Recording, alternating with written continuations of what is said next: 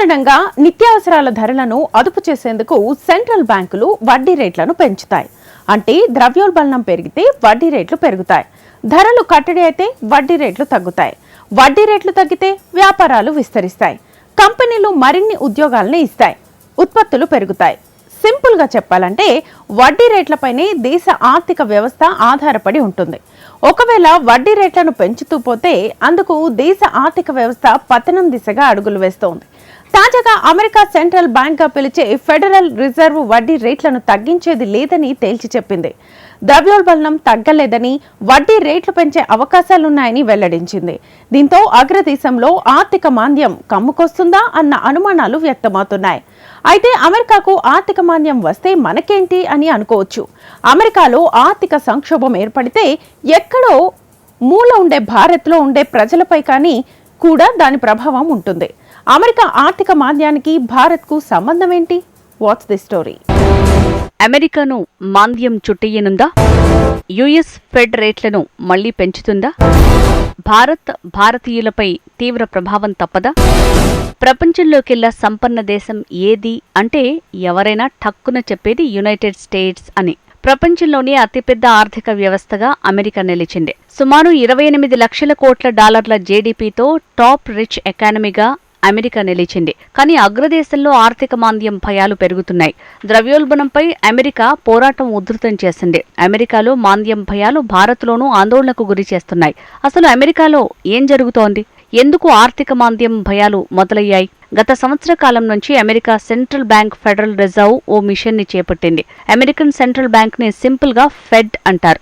Fed చేపట్టిన mission ఏంటంటే American ఆర్థిక వ్యవస్థను కూల్గా ఉంచడంతో పాటు భారీ ద్రవ్యోల్బణాన్ని తగ్గించే పనిలో పడింది. అయితే ఈ మిషన్లో ఫెడ్ ఎలాంటి ప్రగతిని సాధించలేక చతికిలబడింది. అమెరికా ఆర్థిక వ్యవస్థకు సంబంధించిన డేటా ఈ వారం విడుదలైంది.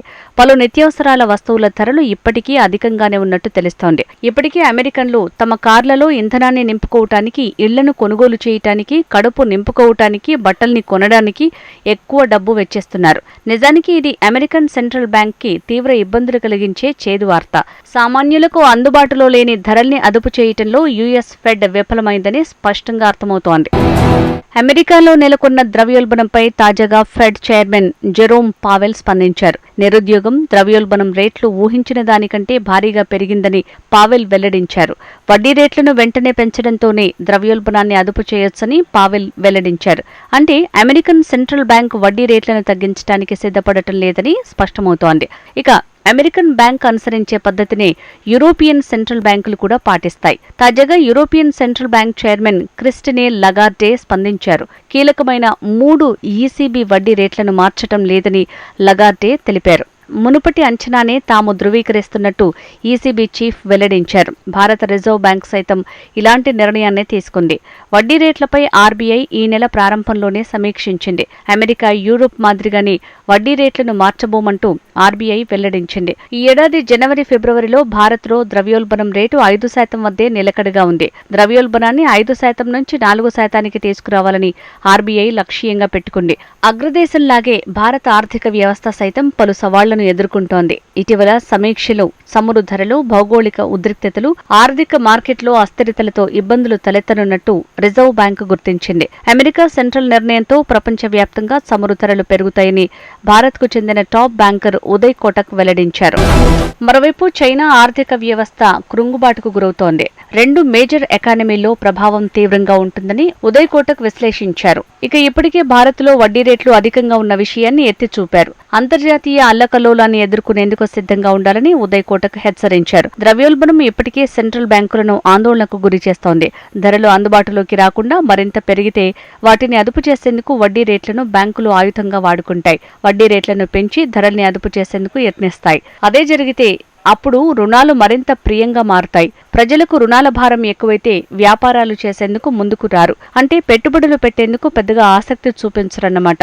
అంతేకాదు వడ్డీ రేట్లు పెరిగినప్పుడు కార్లు, ఇళ్ల కొనుగోళ్లపైన ప్రభావం చూపుతాయి. వ్యాపారాలు సైతం విస్తరణకు దూరంగా ఉంటాయి. ఈ పరిణామాలన్నీ ఆర్థిక వ్యవస్థ అభివృద్ధిని అడ్డుకుంటాయి. మరోవైపు ప్రజల కొనుగోలు శక్తి తగ్గుతుంది. ఫలితంగా ఫ్యాక్టరీలో ఉత్పత్తి కూడా పడిపోతుంది. ఇక్కడ ఇంకో సమస్య కూడా ఉంది. ఎక్కువ కాలం అధిక వడ్డీ రేట్లను కొనసాగిస్తే దాని ప్రభావం మొత్తం ఆర్థిక వ్యవస్థపై తీవ్రంగా ఉంటుంది.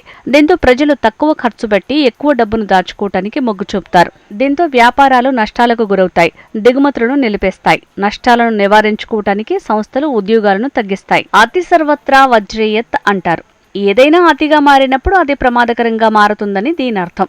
భారీ వడ్డీ రేట్లు దీర్ఘకాలం కొనసాగితే సెంట్రల్ బ్యాంకులు బాగానే ఉంటాయి, కానీ ద్రవ్యోల్బణం మొండిగా ఉన్నంత కాలం సెంట్రల్ బ్యాంకులకు ఆప్షన్ లేకుండా ఉంటుంది. కానీ ఆర్థిక వ్యవస్థకు ఇబ్బందులు తలెత్తితే బలవంతంగానైనా సెంట్రల్ బ్యాంకులు వడ్డీ రేట్లను స్థిరంగా ఉంచేందుకు యత్నించాల్సి వస్తుంది. లేదంటే వడ్డీ రేట్లను మరింతగా పెంచే అవకాశం ఉంది. ఇప్పుడు అమెరికాలో ఇదే పరిణామాలు అందరినీ ఆందోళనకు గురిచేస్తోంది. ద్రవ్యోల్బణాన్ని అదుపు చేయాలన్న ఫెడ్ నిర్ణయంతో ఆర్థిక మాంద్యం వస్తుందన్న భయాందోళనలు వ్యక్తమవుతున్నాయి. అమెరికాలో ఆర్థిక మాంద్యం నెలకొంటే గ్లోబల్ ఎకానమీ కూడా మార్పులకు గురవుతుంది. వృద్ధి అనేది కేవలం విధానాలపై ఆధారపడి ఉండదు. ఇది సాధారణ సెంటిమెంట్ పైన కూడా వృద్ధి ప్రభావం ఉంటుంది. వ్యాపారవేత్తల్లోనూ, పెట్టుబడిదారుల్లోనూ, స్టాక్ మార్కెట్లలోనూ, సామాన్య ప్రజల్లోనూ ద్రవ్యోల్బణం ప్రభావం పడుతుంది. ప్రతి ఒక్కరూ దీని ఫలితాన్ని అనుభవించడం ప్రారంభిస్తే, అంటే మాంద్యం ఉందని భావిస్తే, అది సంఖ్యలపై ప్రతిబింబిస్తుంది. అదే జరిగితే ద్రవ్యోల్బణానికి వ్యతిరేకంగా అమెరికన్ సెంట్రల్ బ్యాంక్ చేస్తున్న పోరాటం వృధాగానే మారుతుంది. ఇప్పటికే చాలా అమెరికన్ కంపెనీలు ఉద్యోగులను పెద్ద ఎత్తున తొలగిస్తున్నాయి. ఒకవేళ మాంద్యం భయాలు పెరిగితే మరింత మంది ఉద్యోగులను తొలగించే అవకాశం ఉంది. నిజానికి ఎలాంటి ఆర్థిక మాంద్యం భయాలు లేకపోయినా 2023లో కంపెనీలు పెద్ద ఎత్తున ఉద్యోగాల్లో కోతలు విధించాయి.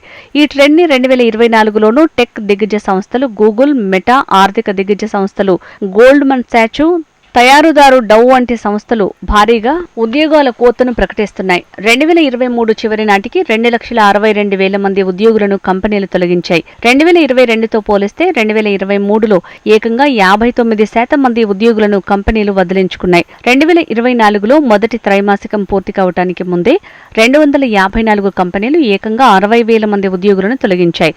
ఉద్యోగులను దిగ్గజ సంస్థలు తొలగించడానికి కారణం మాత్రం వ్యయం తగ్గించుకోవటమేనని చెప్తున్నాయి. మరింత సమర్థవంతంగా పనిచేసేందుకు ప్రయత్నిస్తున్నట్టు కంపెనీలు ప్రచారం చేసుకుంటున్నాయి. మెటా సీఈఓ జుకర్బర్గ్ చెప్పే థియరీ ఇదే. మొత్తంగా ప్రపంచవ్యాప్తంగా ఉద్యోగులను తొలగించేందుకు పలు సంస్థలు సిద్ధమవుతున్నాయని స్పష్టమవుతోంది. నిజానికి మరోవైపు ప్రపంచ ఆర్థిక వ్యవస్థలు మందగిస్తున్నాయి. వృద్ధి రేటు క్రమంగా పడిపోయింది. అతిపెద్ద ఆర్థిక వ్యవస్థలు మాంద్యంలో చిక్కుకున్నాయి. మరిన్ని దేశాలు ఆర్థిక సంక్షోభం దిశగా అడుగులేస్తున్నాయి. అంతేకాకుండా ద్రవ్యోల్బణం భారీగా పెరిగిపోతుండటంతో నిత్యావసరాల ధరలు కొండెక్కుతున్నాయి.